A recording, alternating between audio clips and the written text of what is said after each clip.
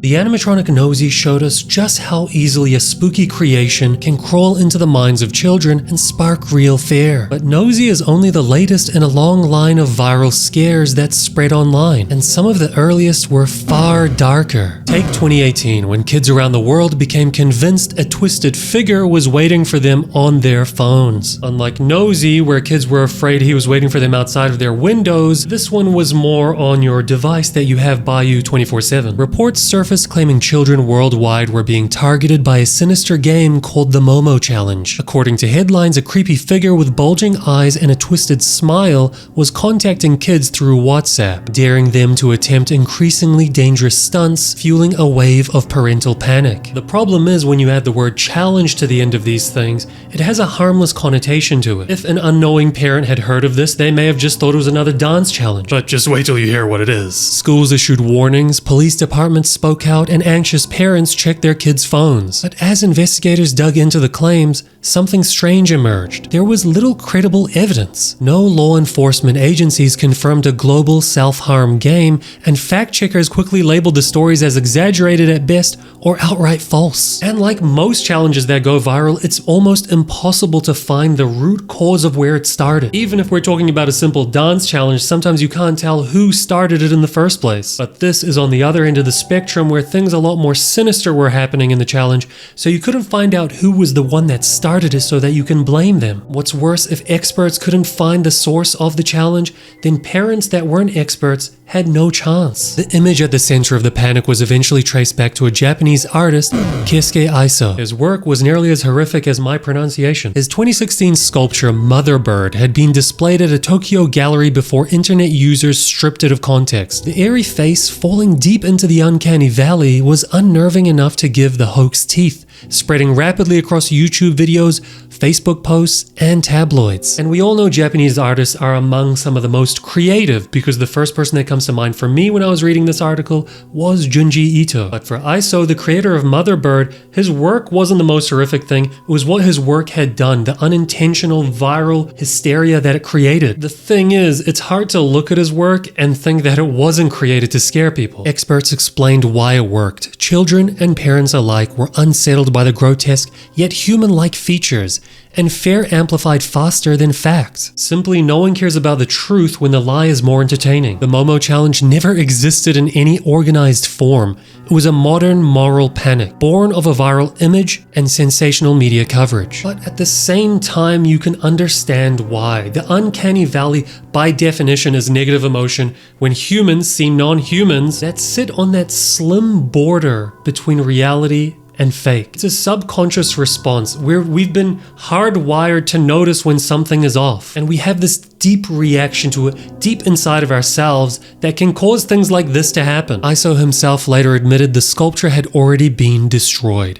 It doesn't exist anymore. It was never meant to last. The children can be reassured. Momo is dead. What terrified millions turned out to be nothing more than an art piece hijacked by rumor, a ghost that never lived. If Momo preyed on children's fears, this next story shows how gamers found themselves exposed in a far more technical and very real way. The year is 2012. Back in the days of Call of Duty Modern Warfare 2 and Black Ops 2, online matches weren't powered by the secure dedicated servers we know of today. Instead, they ran on peer-to-peer, P2P connections, which created an unexpected vulnerability. Your IP address was exposed to everyone else in the lobby. And I don't need to go into detail about the lore of Call of Duty lobbies. Everyone knows that's where boys became men. It was literally the RuneScape wilderness of racial slurs. But the worst thing is that, coupled with the fact that people can actually find you, made a terrifying outcome. Hackers quickly learned how to exploit it by running a packet sniffer. Tools like Wireshark or custom IP pullers,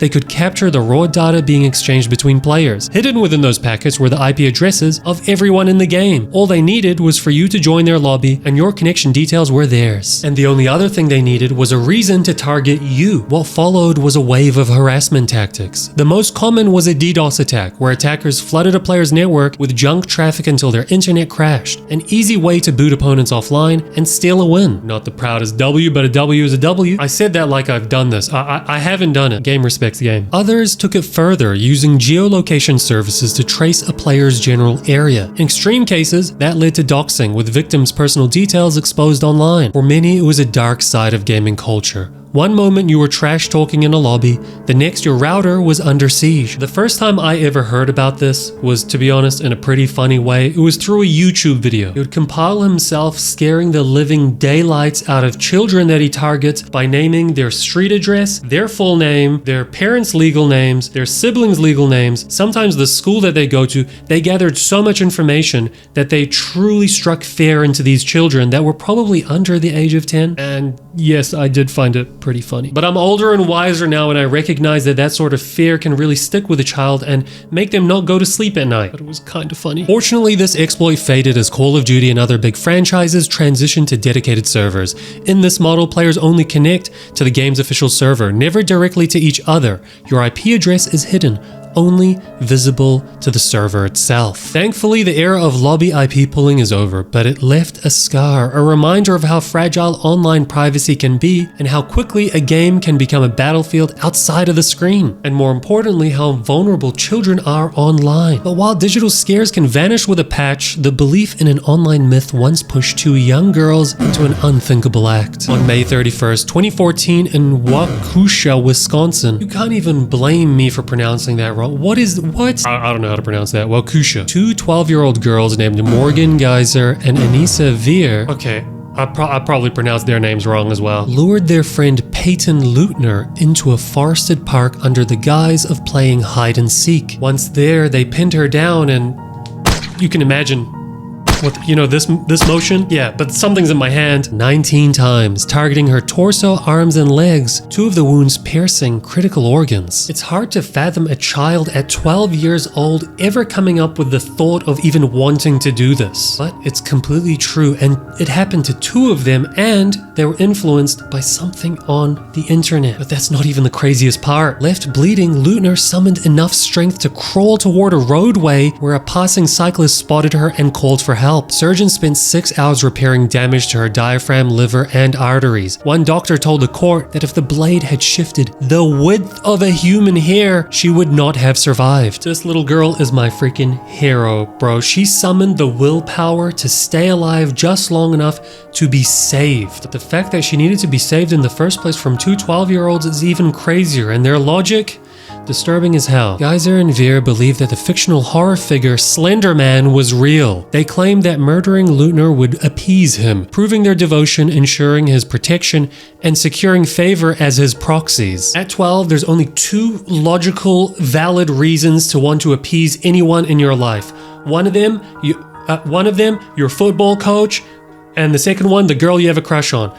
I'm not projecting, you are. During the interrogation, Veer apparently expressed deep guilt while Geyser showed little empathy, both insisting the act was necessary. Which is crazy because at this point they had been caught and they were, well, at least their intentions were completely exposed to adults that know better. And those adults would have tried their very best to instill some logic into their minds and explain to them what they were doing was wrong and that the Slender Man doesn't actually exist. But it was so deep rooted in their minds that wanting to appease a fictional character, it was so deep that they couldn't be convinced otherwise. And that shows you how serious these internet hoaxes can be. In 2017, the court found both not guilty by reason of mental disease or defect. Geyser was committed to a psychiatric hospital for 40 years and Veer for 25 years, essentially until age-based limits under supervised care. Years later, life took divergent turns. Veer was released in 2021 under strict conditions. In 2025, Geyser's conditional release was approved. As for Peyton Leutner, she survived against all odds. In a later interview, she said, "I don't think much of my scars. They'll probably go away and fade eventually," which might be one of the most alpha lines I've ever heard in my life. She is unwavering, unafraid, does not care at all. What began as a supposed game ended in a horrific test of belief, illusions, and the frail line between myth and madness. Slender Man was a fantasy that bled into reality, but sometimes reality is stranger still. A piece of art is mistaken for a monster. In August 2009, a strange photograph began flooding inboxes and blogs.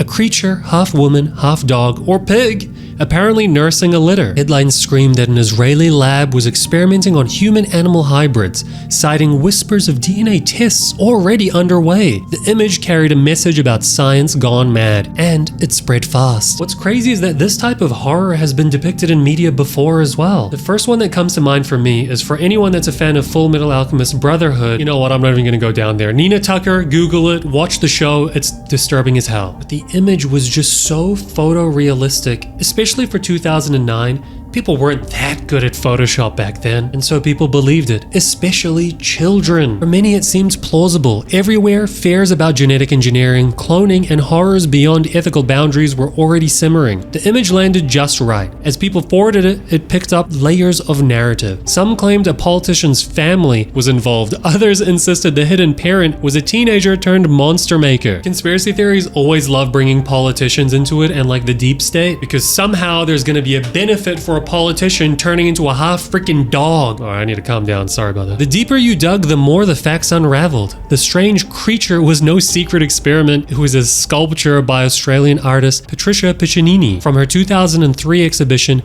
We Are Family. Its lifelike but surreal form had been ripped from context, repackaged as evidence of rogue science, which is kind of suffering from success. If you made something so photorealistic that people believed it to be real, isn't that what your intention was, and shouldn't you be kinda happy? No, it means you made something weird. Before that revelation, others had already tried to debunk the rumors. The site Snopes flagged the image as a hoax back in 2007. Scientists pointed out the absurdity. Such a hybrid would violate countless biological rules about species, DNA, and reproduction. The story had all the markings of an urban legend, partially realistic visuals, a mysterious claim, and misidentification of a work of art. Piccinini's sculpture, when shown in galleries, was meant to provoke questions about empathy, biology, and identity, not to be mistaken for a mad science experiment. Yet once the internet grabbed hold, the myth took on a life of its own. No genuine human dog creature was ever sampled, tested, or buried in someone's garden, but that didn't stop the rumor machine, which is a common theme in this entire video and all the research that I've done for this, that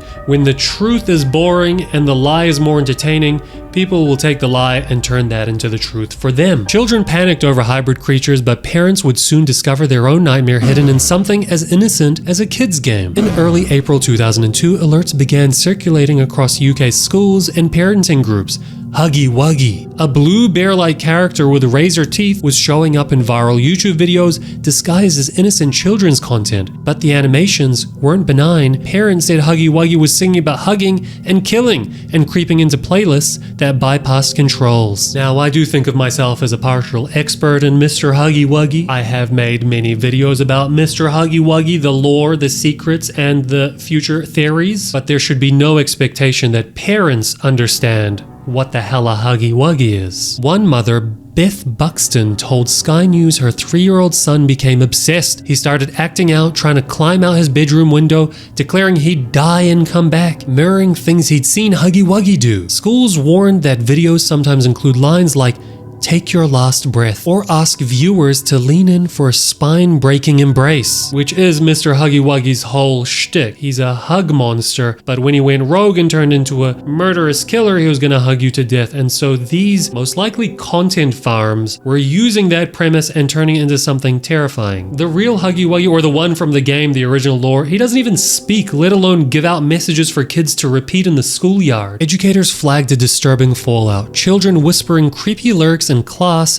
acting out violent hugs. Primary schools urged parents to monitor YouTube and Roblox content closely, warning that the name Huggy Wuggy sounded too innocent to be blocked by filters. YouTube defended itself, stating these types of videos are not allowed on YouTube Kids, and that its parental control tools permit blocking content by age and keywords. Roblox also said it provides reporting tools and settings to restrict content access, which is a little bit ironic, to be honest with you right now, especially with everything that's going on with Roblox right now. So it kind of does make companies like Roblox sound a little bit gaslighty by saying, This isn't our problem. We have tools in place to stop this kind of stuff disseminating into the games. The panic revealed a tension between viral content and child safety. An image meant originally for horror gaming had been repackaged into misleading kid-friendly videos, which is crazy to think about because Huggy Wuggy started off in a kids game, so it was for kids, but then a set of adults took it and turned it into something else and planted it into YouTube Kids videos and added these terrifying messages that would influence children in the wrong way, and then that started to scare parents when they would hear this stuff, and it just went through this back and forth cycle and turned into something that actually was negative. As if imagery on screens wasn't enough to bury into the minds of children and scare them, imagine what happened when the horrors started walking the streets. Shortly after midnight on October 5th, 2016, students at James Madison University awoke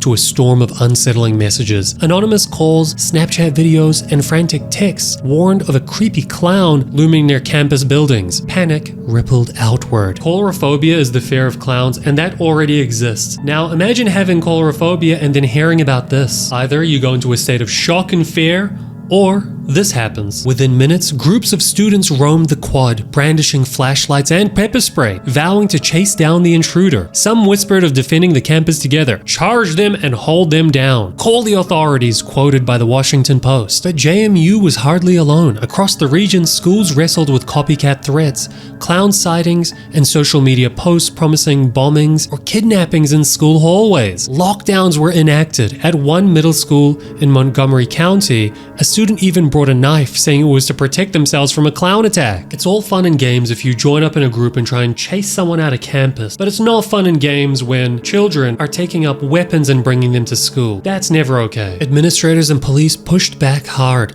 They insisted nearly all clown threats were hoaxes. Social media dramatics, not real danger. We found no validity or credibility to the threats, said Fairfax County Police spokesperson Dawn Gotthard. Schools scrambled to walk a line, alerting worried parents without inflaming hysteria. Arlington County's superintendent even avoided the word clown in communications, opting for cautious language. If the word clown alone is causing problems, then you know you have a freaking serious hysteria problem. Never in my life did I think the word clown would be as bad as freaking Voldemort in the Harry Potter verse. Psychologists and folklore scholars weighed in that the clown panic was a classic modern myth, tapping into our fear of masked strangers, unpredictability, and horror tropes. Dr. Frank McAndrew at Knox College noted, clowns combine a perfect storm of freaky things. You cannot tell who they really are or what they are feeling. I feel the same way when a burglar comes into my house and they're wearing a mask. I just don't know what they're feeling. What could they possibly want to do next? In the end, few, if any, real clown threats were confirmed. What began as whispers and viral posts snowballed into full-scale hysteria. The clown craze showed how rumors can spiral offline, but the next craze proved you don't even need costumes, just 2 pencils and a question. In May 2015, a simple pencil trick consumed teens online. They called it the Charlie Charlie Challenge. Place 2 pencils and a cross on a paper marked yes and no. Ask Charlie, Charlie, are you there? And wait.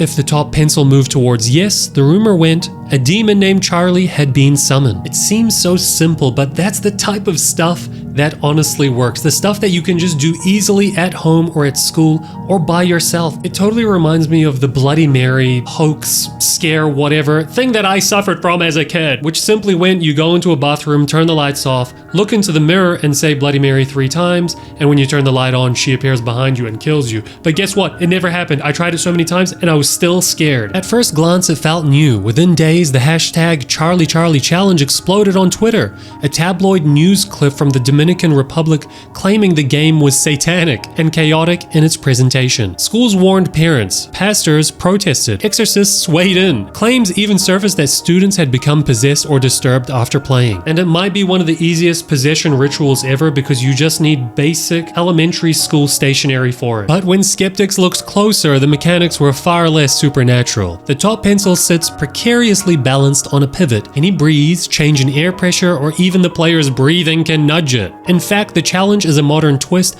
on an older Spanish game called Juego de la Pequería, which translates to the pencil game. And I know I said that completely wrong, but it's not my fault, it's your fault. You should be nicer. Despite the simple physics behind it, the game rode the wave of social media fear. People saw what they expected to see, a demon's answer in motion. A psychologist, Chris French, noted, humans are wired to detect agency even in random movement. The craze eventually faded, but its echo lingers. As one critic observed, Charlie makes a killer case study in virality. Many players and reporters talk about the game as if it were new, when it's actually, and more interestingly, an old game crossed into new languages. In the end, the demon Charlie never answered, but fair, expectation, and the power of a meme did. Which honestly is why I'm making this video in the first place. It started with Nosey and the fear and hysteria that I was seeing in my comment section, in communities, on TikTok, on Twitter, everywhere. And then slowly remembering how this story, Nosey, was mirroring so many other stories. Look, teens trying to summon demons with pencils might sound crazy, but years later,